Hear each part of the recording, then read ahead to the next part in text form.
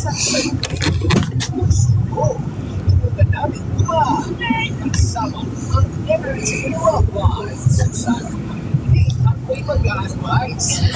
Love Lines sa 106.7 Energy FM. Kahit minsan, supply. Oras natin, 1:29 in the afternoon. Hello everybody, how are you? Happy Monday once again. Yes, it's Monday. Wala kang kawala. First day of work ulit and first day of class. Ayan, kumusta naman kayong lahat dyan? Sana walang traffic, no? Kung meron man, tanggapin mo na lang. Lagi ko nga sinasabi na yan ang natutunan ko this 2026. Yung tanggapin mo na lang, ganun talaga. But I'm reading a book right now. Sino mag-aakala na sa ayaw ko sa mga libro, gugustuhin ko ng magbasa ngayon? Sino din bang mag-aakala na yung dating ayaw ko mag-aral? Nag-aral ulit ako at until now, nag-aaral ako. The psychology of emotions and emotional intelligence ang forte ko ngayon na inaaral. Tapos itong pagbabasa ng libro, ayaw ko yan before. Pero ngayon, binasa ko na siya. Binabasa pa lang siya. Binabasa ko yung Red Book ng Power. Yan, How to Attain Power. Ay, diba? So, ibig sabihin, minsan talaga may mga bagay na nagbabago. Because change is constant. Diba? Yan yung hindi talaga natin mababago. Yung change na yan. Laging may change kahit sa ang mga bagay. Kahit sa change of feelings. Meron din yung dating mahal na mahal mo, ngayon hate na hate mo na. Yung dati namang hate na hate mo, ngayon mahal na mahal mo na. Yung dating mga gusto mong gawin, ayaw mo nang gawin. Yung dating mga ayaw mo nang gawin, gusto mo nang gawin ngayon. So, change is really permanent. Kaya, expect the change. Diba? At yung mga taong gusto nang magbago, wag natin silang inega. Kung gusto nila magbago, talaga namang constant ang change. So, malay mo, possible magbago pa rin sila, maging mabuting tao sila. May mga reflections sila nangyari sa buhay nila, na aalisin nila at babaguhin nila this year. Support na lang natin yon. Diba? Wag tayong maging judgmental. Anyways, eto na.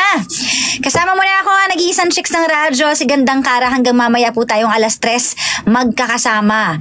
Kaya naman, eto na ang Energy Love Lines natin for this afternoon. Ilalagay natin sa ating screen ang ating tanong at na-post na rin yan natin sa ating social media account, sa ating FB. Ang tanong na yan na pwede mong sagutin. Diba? Babasahin din natin ang ilan sa inyong mga sagot. Ano nga ba ang kasagutan nyo sa ating tanong for today? O sige, flash muna natin sa screen ang ating tanong. Ang tanong ay, handa ka bang palayain ang taong sobrang mahal mo kapag hiniling niya sa'yo na tapusin nyo na ang lahat? Again, handa ka bang palayain ang taong sobrang mahal mo kapag hiniling niya sa'yong tapusin nyo na ang lahat? Aray, sakit nun. Mahal mo so bakit mo papakawalan, diba? So sige, basahin muna natin ang ilan sa mga comments ninyo sa ating FB account. Ayan, sorry, naglalag. Sige, dito muna tayo sa ating TikTok. Ito pala, meron na. Yes, ang sagot ni... Skijom. Bakit naman kasi ganito yung spelling ng pangalan? Pabaligtad naman talaga. Sabi niya, yes, dahil kung mahal mo isang tao, kahit masakit o masaktan ka, titiisin mo para sa ikakaligaya niya. Minsan, pwede nating ipagpilitin ang sarili kung alam natin na hindi na siya masaya sa'yo. Wag ipagpilitan. It's better to set her free and to be happy for her. So, wag ipilit. Eto pa. Siyempre, handang-handa akong palayain siya kahit sobrang mahal ko. Hiniling kasi niya sa akin na tapusin na raw ang lahat about sa aming dalawa. Kasi meron na daw siyang ibang lalaki at nabuntis daw siya. Sabi ni Brian Hernandez. Ito si Brian Hernandez, yung pumupunta dito, yung Bra Jane? So you mean, naghiwalay na kayo ng jowa mo? Ay, grabe naman yon. Ay, grabe talaga. Di bale, healing for you ang wish ko. Sabi naman ni Gracie Aguilar, kahit hindi hiniling, pinalayo ko, manloloko kasi. Oo nga naman, pag manloloko, sige na, palayain nyo na. Sabi ni Martin, oo, payag naman tayo. Wala naman tayo magagawa kung gusto niya. Mas mahirap yung hindi ka papayag. Lolokohin ka lang niya at mas masakit pa yun. Buti yung nagsasabi ng totoo. Dami pa naman dyan. Ay, agree ako dyan. Diba? Agree ako na mas magandang sabihin sa'yo na ayaw na niya. Di bali nang masakit, kesa naman sa lokohin ka pa along the way. Tapos ikaw pipigilan mo. Pinigilan mo so tatanggapin mo ngayon yung consequences ng pagpigil mo sa kanya. Di ba? So eto pa, sige magbasa tayo ng ilan sa mga comments dito sa TikTok. Asan si Papa Jackson at Kuya Chico? Ano ba? Nag-resign na si Kuya Chico. Wala na siya. Si Papa Jackson panggabi pa yon. Ako muna ngayon tanghali, ha? Oh, birthday daw ngayon ni Rochelle Magboo. Kapilido ko, Teo. Sige, hello sa'yo. Ito na, basahin natin ang ilan sa mga comments nyo. Kung talaga bang papalayain nyo ang taong sobrang mahal nyo kapag hiniling na tapusin na ang lahat. Ayan. Ano nga ba ang sagot ninyo dyan? Ito, basahin ko. Sabi dito, nako, no need for me to do that. Sobrang mahal ko yung... Ay, doon lang tayo sa may need to do that, ha? Okay, sige. Sabi ni Lian, oo, kasi hindi mag-work ang relasyon kung isa lang ang nagmamahal Oh, agree. Totoo. Kasi relationship, dalawang tao yan. So, kung ikukulong mo lang siya sa mundo mo, paano gagawin natin? Sige, basa muna tayo bago tayo magbigay ng ating opinion about this. Sige, ano pa? Ang inyong mga entering sagot sa tanong na ito. Papalayain nyo nga ba? O ikukulong nyo? Diba? Sige, basahin natin tong si Annie. Sabi niya, pag hiniling po niya, ipaglalaban ko siya kasi baka may mali ako. Nako, may mga ganyan talaga. Yung hirap pakawalan, yung sasabihin mo muna, anong pwede kong baguhin? Anong pwede kong i-adjust? Tatanggapin ko naman Sige na, bigyan natin ng one last chance. Diba? Yun yung inilalaban nila. Pero ang tanong, halimbawa nakiusap ka, nagstay yung tao, magiging happy pa kaya kayo? Or ano na lang, sa pilitan na lang ang mga bagay-bagay.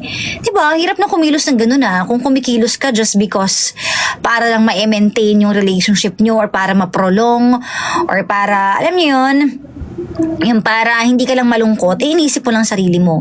So, ito, basahin natin last comment dito. Ang pagmamahal ay hindi dapat parang gutom na kailangan mong maghintay, magmakaawa, manghula kung mahal ka pa ba. Oo, mahalaga ang tiwala. Asan na ako? Nawala. Mahalaga ang tiwala, pero ang tiwala ay hindi dapat dahilan para tiisin ang emotional neglect. Kapag palaging hinihiling ang lambing, oras, respeto, tanong na kung pagmamahal pa ba yun o pagkapit na lang, sabi ni Ate Teresa.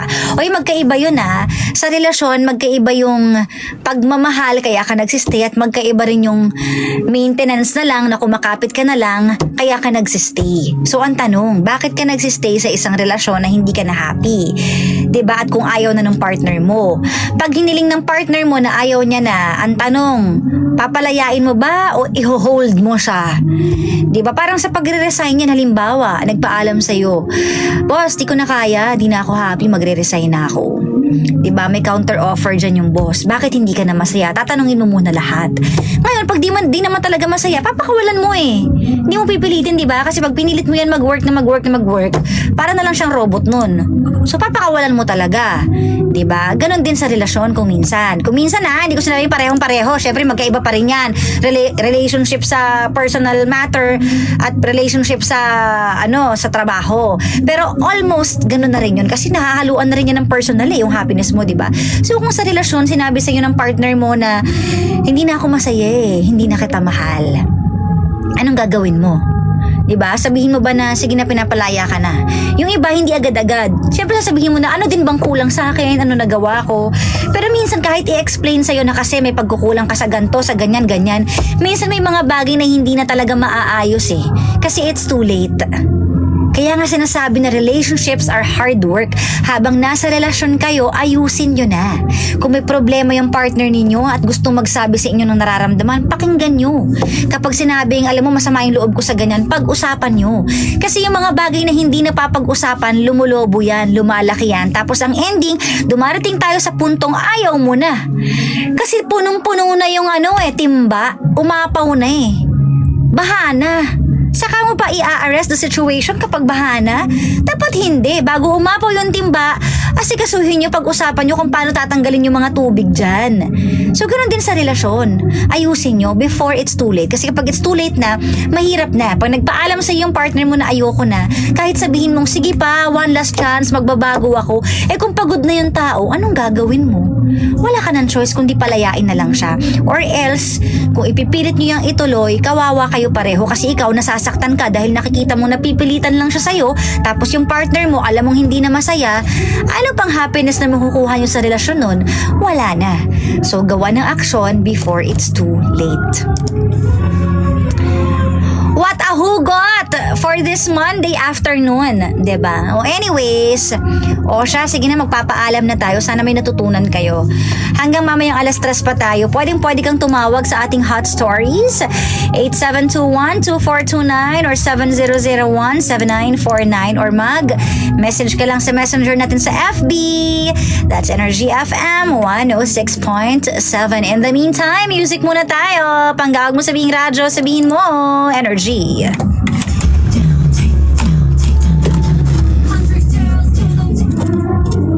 I like your shades. Yeah, medyo rockstar tayo ngayon.